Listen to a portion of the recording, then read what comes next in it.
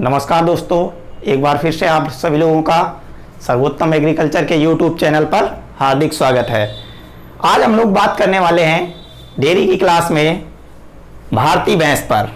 जैसा कि पिछली क्लास में आप लोगों को बताया जा चुका था कि सबसे पहले आप कुछ क्वेश्चन इंपॉर्टेंट किए जाएंगे जो पढ़ा दिया गया है, और इसमें मैं आप लोगों को एक बार फिर से एक ऐसी ही ट्रिक आपके सामने प्रस्तुत करने जा रहा हूं जो कि बहुत ही इंपॉर्टेंट है। और याद रखिएगा, डेयरी की ऐसी कोई भी क्लास नहीं होगी जो ट्रिकों पे आधारित नहीं होगी। यहां पर सिर्फ और सिर्फ बात की जाएगी ट्रिकों पर, क्योंकि साइंस आप पढ़ रहे हैं, रटने का कोई काम नहीं है, ट्रिकों पर। और याद रखिएगा, इसमें भी काफी क्वेश्चन आपके एग्जाम में पूछे जाते हैं, और याद रखिएगा यहां पर सिर्फ और सिर्फ इंपॉर्टेंट क्वेश्चन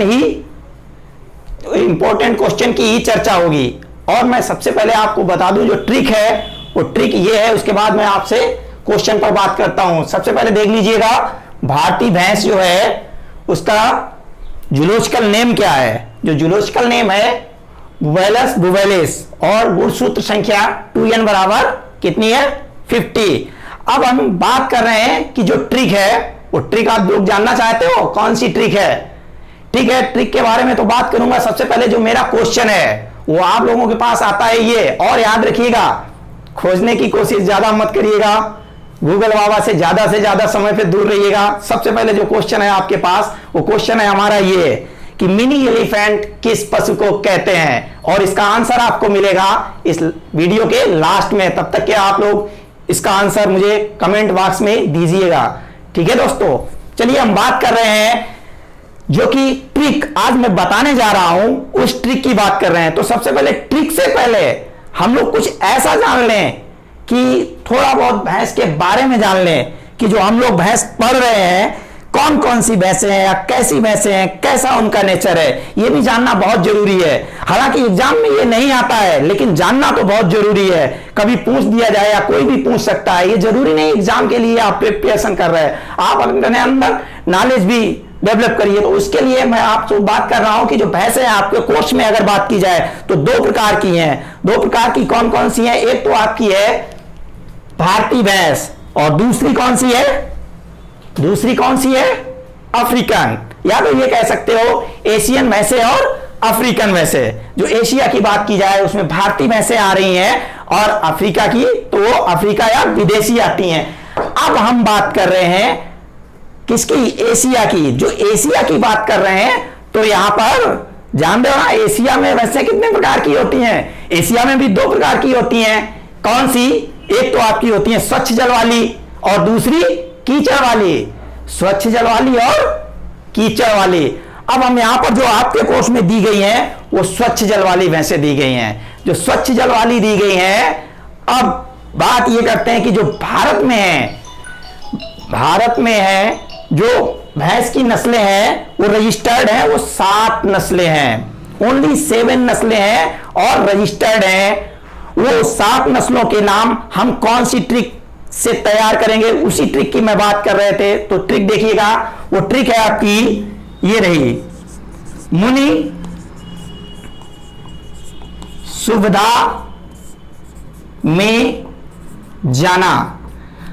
अब याद रखिएगा, यहां पर जो भी लिखा हो ये मान के चलिए हम लोग अपने हिसाब से लिख रहे हैं, सही लिख रहे हैं। अब ये जरूरी नहीं यहां पर सुविधा लिखा है, अब ये मत सोचिएगा कि सुविधा तो ये होता है। अब इस सुविधा को हम नहीं देखेंगे, हम अपनी ट्रिक पे चलेंगे। जो भी सुविधा आएगी वो अपनी ट्रिक में सुविधा में लिखेंगे। ठीक है, आप जान रहे हैं ना, तो आप देखिएगा मुनि से क्या हो जाएगा? मुर्रा हो जाएगा। दूसरा हो जाएगा नी से नीली रावी, सुरती, भदावरी, महसाना, जाफराबादी और नानपुरी। ये आपकी भैंस की 7 नस्लें हैं। अब हम बात कर रहे हैं, बहुत ही कंफ्यूजन वाले जो क्वेश्चन है यहां पर, देखिएगा इधर अच्छे चलिएगा और यहां पर हम आके रुक जाते हैं। यहां पर जो ये भी आपने नहीं पढ़ा है, मेहसाना पूछ दिया जाता है कि मेहसाना किस किस की नस्ल है, तो आपको सबसे पहले भैंस और दूसरी बकरी की भी नस्ल है। और एक आप पढ़ चुके हैं, कौन सा, ये जाना, ना को याद रखिएगा, इसमें ना से नाक पूरी होना चाहिए। जब भैंस की बात आ रही है हम लोगों की ट्रिक में, जो ना है नाक पूरी होना चाहिए, नागौरी नहीं होना चाहिए, क्योंकि नागौरी किसकी नस्ल है, किसकी नस्ल है, गाय की है, याद रखिएगा। तो अगर भैंस की जो ट्रिक है उसमें अगर ना आ रहा है तो नाक पूरी लाना है, ठीक है। अब हम बात करते हैं यहां पर मुर्रा के बारे में। जो मुर्रा है वो बहुत ही महत्वपूर्ण नस्ल है भैंस की, और ये कह सकते हो कि ऐसी भैंस की नस्ल है, इसके ऊपर एक कहावत है। वो कहावत ये है, मुर्रा जो कहावत है, जिसके घर में काली उसके घर दिवाली। ये कहावत अगर पूछ दिया जाए, ये कहावत किस पशु से संबंधित है, जिसके घर में काली उसके घर में दिवाली, तो आप समझ जाइए किस पशु से, मुर्रा से। अब बात करते हैं ओरिजिन प्लेस। जो ओरिजिन प्लेस है पंजाब, पंजाब बा दिल्ली। दूसरा नाम इसे देहलई बुफेलो के नाम से भी जानते हैं। रंग कैसा होता है इसका, कलर, रंग कैसा होता है, हल्का काला स्याह या ब्लैक जेट, ब्लैक जेट। अब याद रखिएगा कभी कभी यह भी पूछ दिया जाता है कि ब्लैक जेट किस पशु को कहते हैं, तो क्या हो जाएगा, मुर्रा हो जाएगा। अब बात करते हैं दुग्ध उत्पादन की। जो दुग्ध उत्पादन है, जो मुर्रा है, इसका 4036 लीटर प्रति ब्यात, 4036 लीटर, लगभग 4000 लीटर एक ब्यात काल में ये दूध देती है। ये तो हो गया अधिकतम। और जो अब हम बात करते हैं कि औसतन, जो औसतन दुग्ध उत्पादन है वो इसका है 1700 से 2000 लीटर प्रति ब्यात, 1700 से 2000 लीटर प्रति ब्यात। ये आपका एवरेज मिल्क प्रोडक्शन, और मैक्सिमम मिल्क प्रोडक्शन कितना है, 4036 लीटर। अब पूछा यह जाता है इसमें जो कि बसा प्रतिशत, मुर्रा भैंस के दूध में बसा की मात्रा कितने % होती है, तो बसा % कितना होता है, 7% होता है। याद रखिएगा बहुत पूछा जाता है क्वेश्चन कि मुर्रा भैंस के दूध में बसा की मात्रा कितने % होती है, 7% होती है। यह भी आपका बहुत क्वेश्चन पूछा जा चुका है। ये कलर भी पूछा जा चुका है कि मुर्रा भैंस का रंग कैसा होता है, और दुग्ध उत्पादन पूछा जाता है। बहुत ही इसका प्रत्येक क्वेश्चन अभी तक के इससे एग्जाम में आ चुके हैं, सारे के सारे क्वेश्चन। अब अगर बात की जाए, इससे एक क्वेश्चन और बन रहा है पॉइंट में, जो बन ये रहा है कि भैंस की सबसे सर्वोत्तम नस्ल कौन सी है, भैंस की सबसे सर्वोत्तम नस्ल कौन सी है, कौन सी हो जाएगी, मुर्रा हो जाएगी। अब याद रखिएगा सर्वोत्तम क्या, ये कह सकते हो कि भैंस की ऐसी कौन सी नस्ल है जो सबसे अधिक दूध देती है, तो कौन सी हो जाएगी, मुर्रा। सबसे अधिक दूध देने वाली भैंस की नस्ल कौन सी है, मुर्रा। इसके बाद सबसे कम बसा किसके दूध में पाई जाती है, मैंने आपको पहले ही बता दिया था कि जो भैंस या गाय है जो बहुत ही अधिक दूध दे रही है, तो कहीं ना कहीं उसके दूध में बसा की मात्रा अन्य की अपेक्षा कम होगी, तो इसलिए सबसे कम बसा किसके दूध में पाई जाती है, मुर्रा भैंस के दूध में पाई जाती है। इसके बाद एक इसका जो कैरेक्टर है वो ये पूछा जाता है कि छल्ले के आकार के या मुड़े हुए छल्ले के आकार के सींग पाए जाते हैं, किसमें पाए जाते हैं, रिंग टाइप छल्ले के आकार के सींग पाए जाते हैं, किसमें पाए जाते हैं, मुर्रा में। अब हम बात कर रहे हैं जो नीली रावी, नीली रावी की अगर बात की जाए, देख लीजिएगा नीली रावी नीली रावी। अब नीली रावी इसका दूसरा नाम है पंच कल्याणी, इसे दूसरा नाम पंच कल्याणी। ओरिजिन प्लेस कहां पर हो जाएगा? ओरिजिन प्लेस की अगर हम बात की जाए तो इसका अगर भारत में बात की जाए तो पूर्वी पंजाब, और अगर पाकिस्तान में बात की जाए तो मांटगोमरी। पूर्वी पंजाब बा मांटगोमरी क्षेत्र। कलर, जो कलर है इसका ब्लैक अथवा ब्राउन, काला व भूरा हो जाएगा। दुग्ध उत्पादन, मिल्क प्रोडक्शन, मिल्क प्रोडक्शन की अगर बात की जाए तो जो इसका दुग्ध उत्पादन है वो आपका है 1500 से 1800 लीटर प्रति ब्यात। फैट परसेंट इन मिल्क 10%, 10% इसके दूध में वसा की मात्रा पाई जाती है, और जो दुग्ध उत्पादन है वो 1500 से लेकर 1800 लीटर। कलर काला या भूरा। जन्म स्थान पूर्वी पंजाब व मांटगोमरी क्षेत्र। अब नेक्स्ट नस्ल की अगर बात की जाए, देखिएगा नेक्स्ट जो नस्ल है वो आपकी नस्ल है सूरती।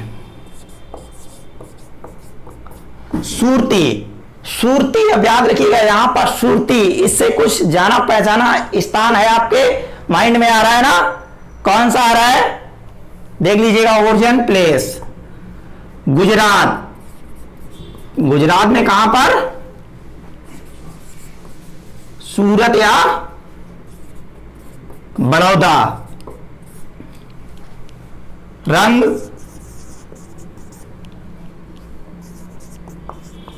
काला। मिल्क प्रोडक्शन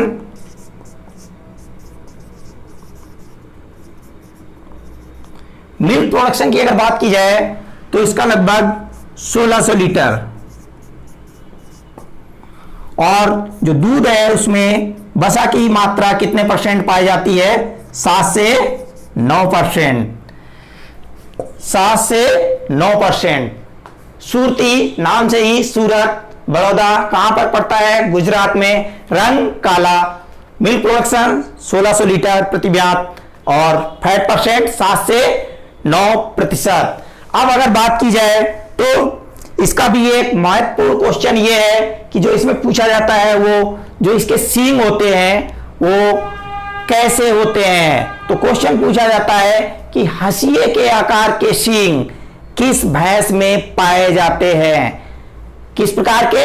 हंसिए के आकार के। हंसिया आप लोग जान रहे हैं ना, जो जिसको दरेती बोलते हो, उस टाइप में होता है हंसिए, सिकल्स टाइप।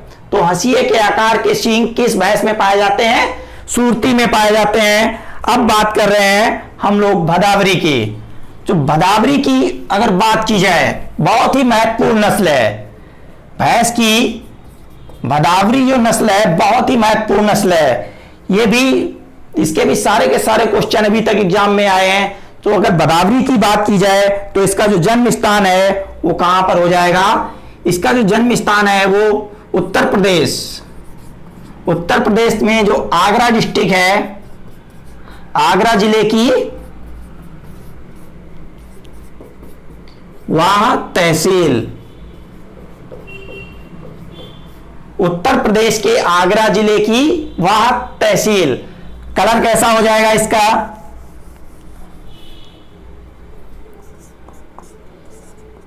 तांबे जैसा। मिल्क प्रोडक्शन 1300 लीटर प्रति ब्यात। फैट परसेंट 8 से 13%। अब याद रखिएगा, कलर भी चेंज है, फैट परसेंट भी चेंज है। बहुत ही महत्वपूर्ण क्वेश्चन, बहुत पूछा जाता है कि भैंस की ऐसी कौन सी नस्ल है जिसके दूध में वसा की मात्रा सबसे अधिक होती है। भदावरी कितने परसेंट होती है? 8 से 13। अब याद रखिएगा, 8 से 13 भूलिएगा, सिर्फ 13% याद रखिएगा। जो एग्जाम में आपको ऑप्शन मिलता है वो इस तरीके से मिलता है, 8%, 10%, 12% और 13%। अब आपको इसमें आंसर बताना है कि भदावरी भैंस के दूध में वसा की मात्रा कितने परसेंट पाई जाती है। तो आपका आंसर होगा 13%, न कि 8%। ठीक है, 13% होगा। तो इसलिए आपको यह वाला याद रखना है 13% का। ठीक है, कभी भी पूछा जाए कि जो भदावरी भैंस है उसके दूध में वसा की मात्रा कितने परसेंट पाई जाती है? 13%। या ऐसी कौन सी भैंस की नस्ल है जिसके दूध में वसा की मात्रा सबसे अधिक पाई जाती है? भदावरी पूछा जाता है। दूसरा क्वेश्चन इससे बहुत ही पूछा जाता है, वो पूछा यह जाता है कि भैंस की ऐसी कौन सी नस्ल है जिसका रंग तांबे जैसा होता है? क्यूप्रेक। तांबे जैसा किसका होता है? भदावरी का। यही भैंस की ऐसी नस्ल है जिसका जो बॉडी कलर है वो तांबे जैसा होता है। नेक्स्ट देखिएगा, अब हम बात कर रहे हैं मेहसाना की। भैंस की मेहसाना नस्ल।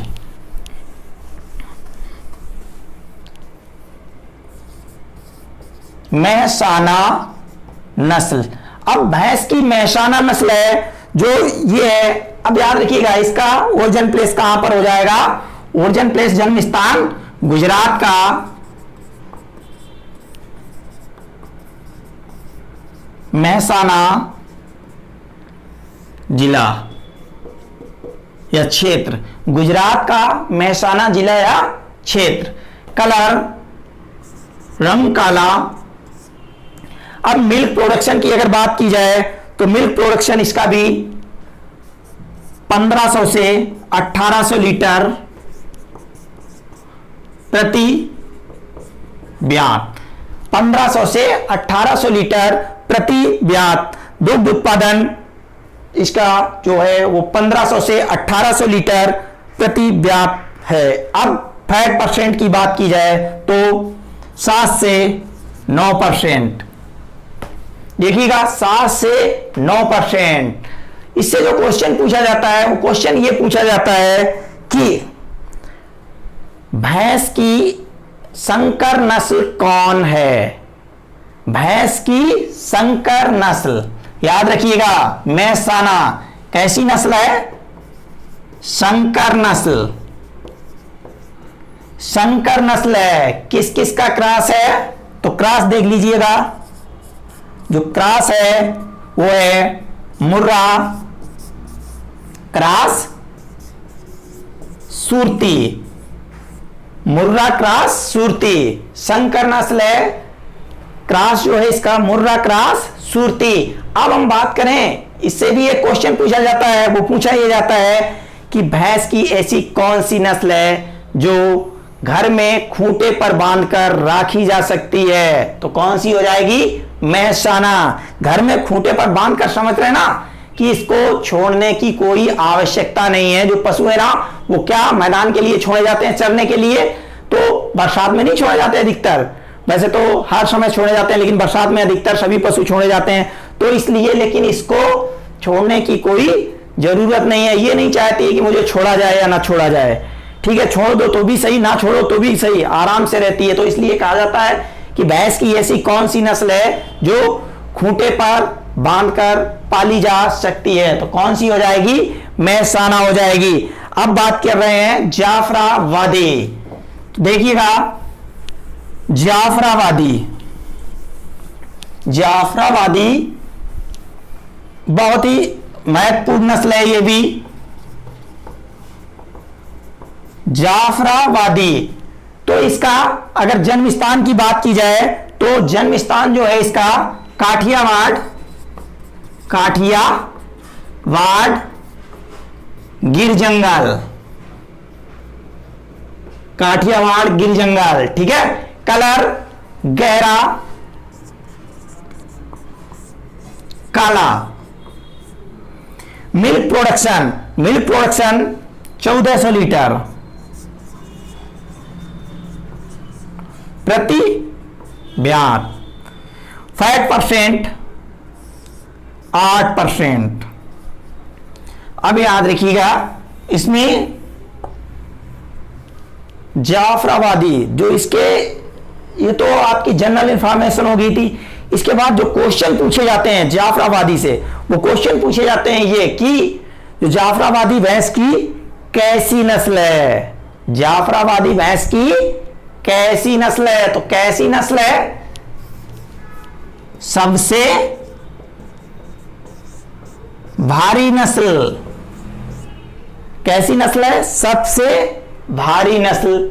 इसके बाद अगर बात किया जाए कि जो दूसरा क्वेश्चन है, बहुत ही इंपॉर्टेंट क्वेश्चन, कि भैंस की ऐसी कौन सी नस्ल है जिसमें गलकंबल पूर्ण रूप से विकसित होता है, जिसमें गलकंबल पूर्ण रूप से विकसित होता है। तो कौन सी हो जाएगी, जाफराबादी।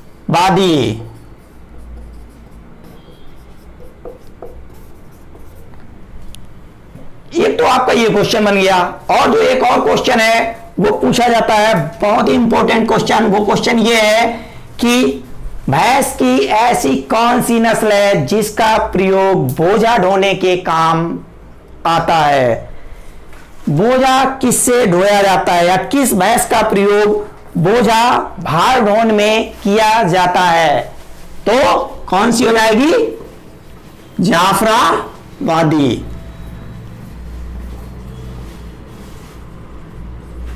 ये आपके तीन जो क्वेश्चन है, बहुत ही महत्वपूर्ण क्वेश्चन है, बहुत ही कई बार पूछे जा चुके हैं। इसके बाद जो आपकी लास्ट नस्ल है वो है नागपुरी।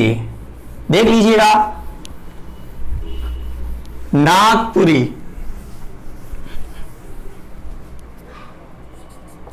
नागपुरी, नागपुरी इसका दूसरा नाम है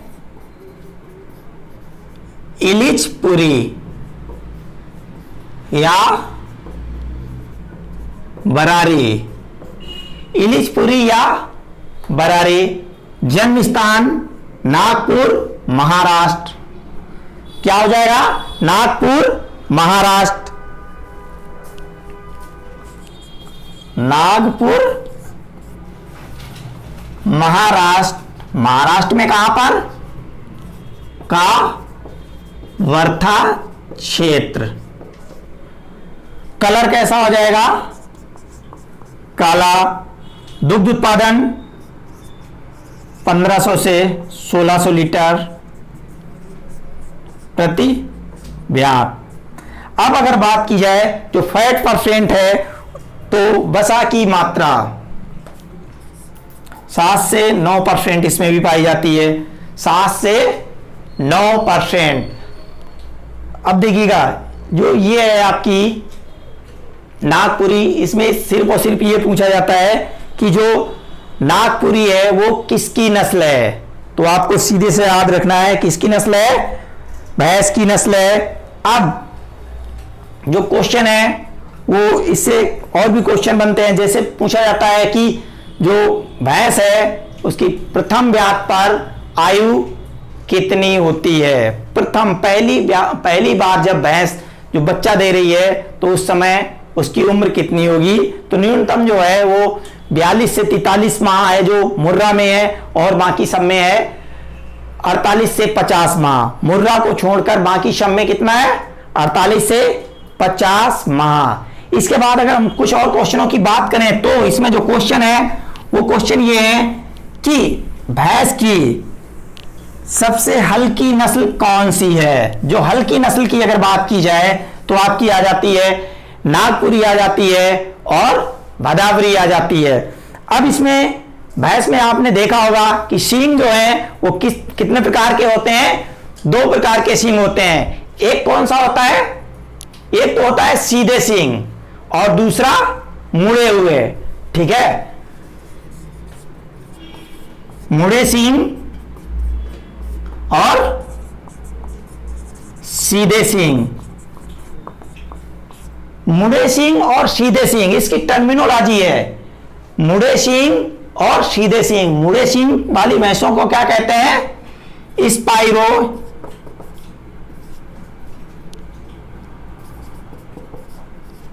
स्पाइरोसिरोस। और सीधे को माइक्रोसिरोस। याद रखिएगा, जिन भैंसों के सींग मुड़े हुए होते हैं उन्हें क्या कहते हैं? स्पाइरोसिरोस। और जिन भैंसों के सींग सीधे होते हैं उन्हें क्या कहते हैं? माइक्रोसिरोस कहते हैं। अब याद रखिएगा, जो स्पाइरोसिरोस में जैसे आपका हो जाता है मुर्रा हो गया, मुर्रा हो गया और जाफराबादी हो गया, इसके उदाहरण हो गए। और सीधे सींग अगर माइक्रोसिरोस की बात की जाए तो जैसे बदावरी हो गया और नागपुरी हो गया, या सूरती कह सकते हो। सूरती हंसिए के आकार के होते हैं। तो बदावरी और सूरती। बहुत पूछा जाता है कि माइक्रोसिरोस क्या होता है या स्पाइरोसिरोस, तो आपको सीधे से जवाब देना है या स्पाइरोसिरोस का कोई एक उदाहरण या माइक्रोसिरोस का कोई एक उदाहरण दीजिएगा, तो आपका ये हो जाता है। इसके बाद अगर हम बात करें कि भैंस की जो 7 नस्लें हैं, भारत में भैंस की कितनी नस्लें हैं? 7 नस्लें हैं। और इन 7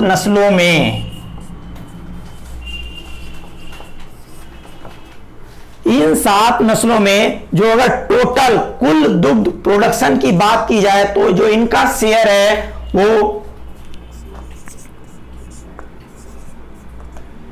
54.8%।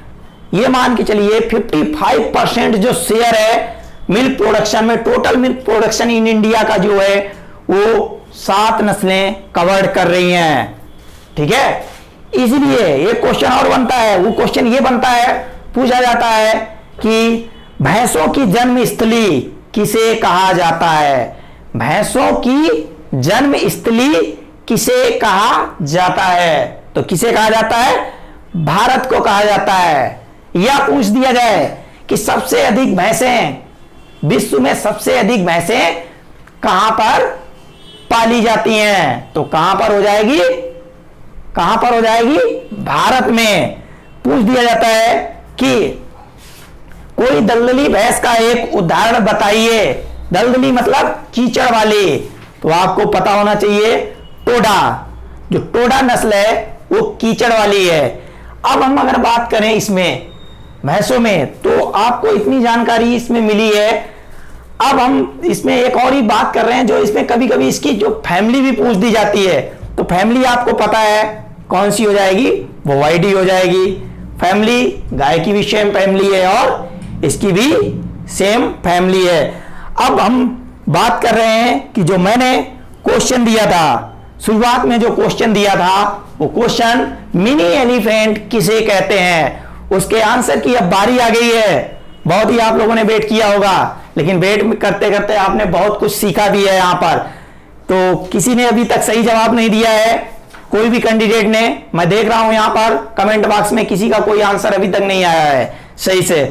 तो मैं अब उस आंसर को बताना चाहता हूं कि जो वो आंसर है मिनी एलिफेंट। समझ रहे हो ना किसको कहते हैं? जाफराबादी भैंस को मिनी एलिफेंट के नाम से भी जानते हैं, याद रखिएगा। तो इसी के साथ मैं इन जो भैंस की नस्लें हैं आपके कोर्स की कंप्लीट हो गई हैं और मैं इस वीडियो को यहीं पर समाप्त कर रहा हूं। बहुत ही धन्यवाद आप लोगों का, और चैनल को कृपया करके सब्सक्राइब जरूर कीजिएगा। ठीक है।